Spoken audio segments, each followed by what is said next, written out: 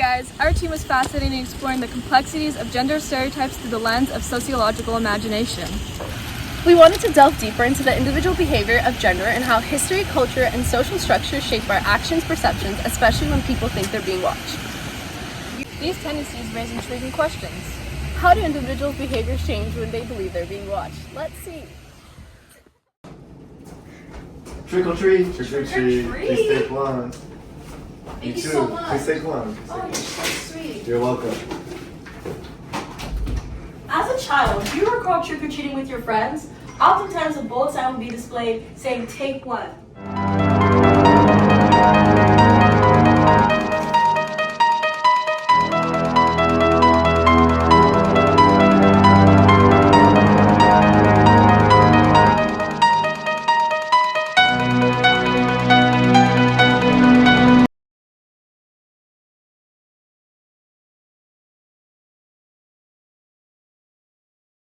Are you and a loved one struggling with the effects of stereotyping individual behavior?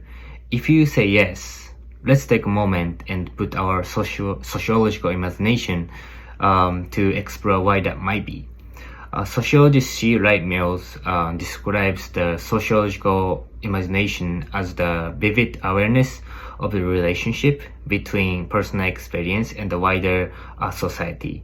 This perspective helps us see how our individual lives are shaped by historical and social forces, including the roles we are taught to play from a young age. Let's talk about gender socialization. I think you probably heard the phrase "boys will be boys." This phrase reflects how boys are often considered to be rebellious, impulsive, and encouraged to bend or break the rules.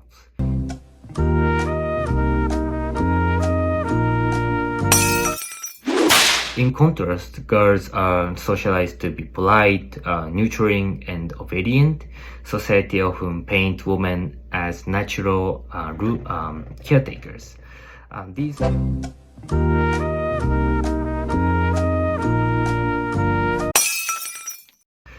These stereotypes are harmful, and here's why. These are stereotypes, and stereotypes are not only lazy, they lack critical thinking. But some may say, Well, it's true. Boys are most likely to steal more, so why does this matter?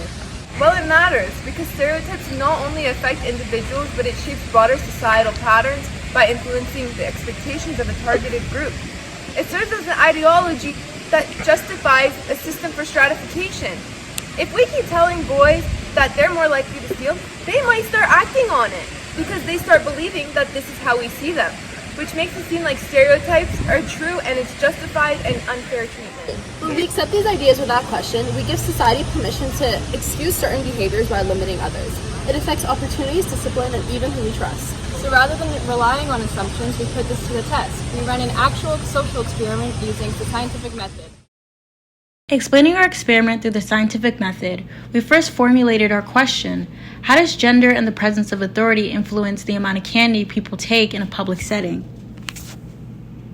Second, we did background research and looked at previous studies on social influence and compliance. Let's start with conflict theory. This paradigm developed by Karl Marx focuses on power structures, inequality, and how certain groups are given more freedom or control in society than others. According to our Week 2 notes, conflict theory explains that society is built upon lasting inequalities related to social class, gender, race, and other factors. It stresses that structural social change is necessary in order to create a more equal and fair society. In our experiment, we use this perspective to look at how gender roles influence behavior. Men are more often socialized to be rebellious, independent, and willing to take risks. The social conditioning may lead them to feel more comfortable breaking small rules, like taking more than one piece of candy. In contrast, women are often taught to be polite, obedient, and rule-following. This conditioning can lead them to follow guidelines more strictly, even when no one is watching. By observing these behaviors, we're analyzing how power and gender roles play out in everyday decisions. The Hawthorne effect refers to the phenomenon where people alter their behaviors simply because they know or believe they're being observed. It shows how the presence of perceived authority or surveillance can lead individuals to act differently, often more in line with expected norms. This effect works by triggering a sense of accountability, making people more likely to follow the rules or behave in socially acceptable ways when they feel like they're being watched.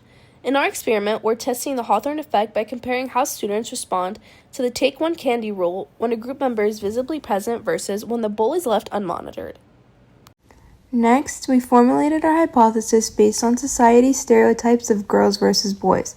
If there was an authority figure present, we believe that women would be more likely to follow the one candy per person rule and take fewer candies rather than their male counterparts. If there were no authority figures present, we believe men would still be the most likely to take more than one candy in comparison to the women. We ran a behavioral study at SMC using candy. We collected our data through observation and extensive note-taking. We set up two tables, our control group versus our non-control group, and each table with a sign that say, please take one. Table A was monitored by someone from our group with an authority present. Table B was unmonitored but observed from a distance with no authority. We tested two independent variables. One is gender, male versus female. Another one is authority presence, observed versus unobserved. Our dependent variable was how much candy each person took. We collected our data by observing from a distance and tracked. First, the person's gender. Second, how much candies were taken. And third, tracked the patterns of each gender behavior. As participants approached each table, we observed and recorded their behavior. We focused on gender of the person taking the candy, how many candies they took, keeping track of the exact number, patterns in behavior between males and females, particularly in how they respond to the authority present or absent. We noticed that males who took more were less likely to dance around, and girls who took more were more likely to do a double take. We also noticed that both genders were less likely to take candy when authority was present, which shows how the Hawthorne effect played into the effect of our experiment.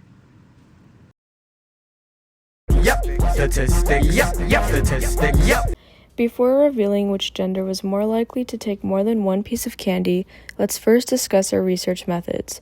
Through systematic observation, we collected quantitative data to measure how many students broke the rule and qualitative data to explore why they may have done so by analyzing their behavior through the lens of the sociological imagination.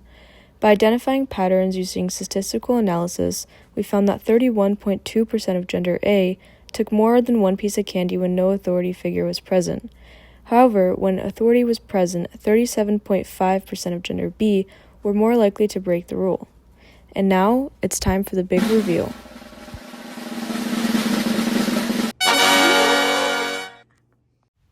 In conclusion to our experiment, we found that boys were more likely to break the rules when authority was present.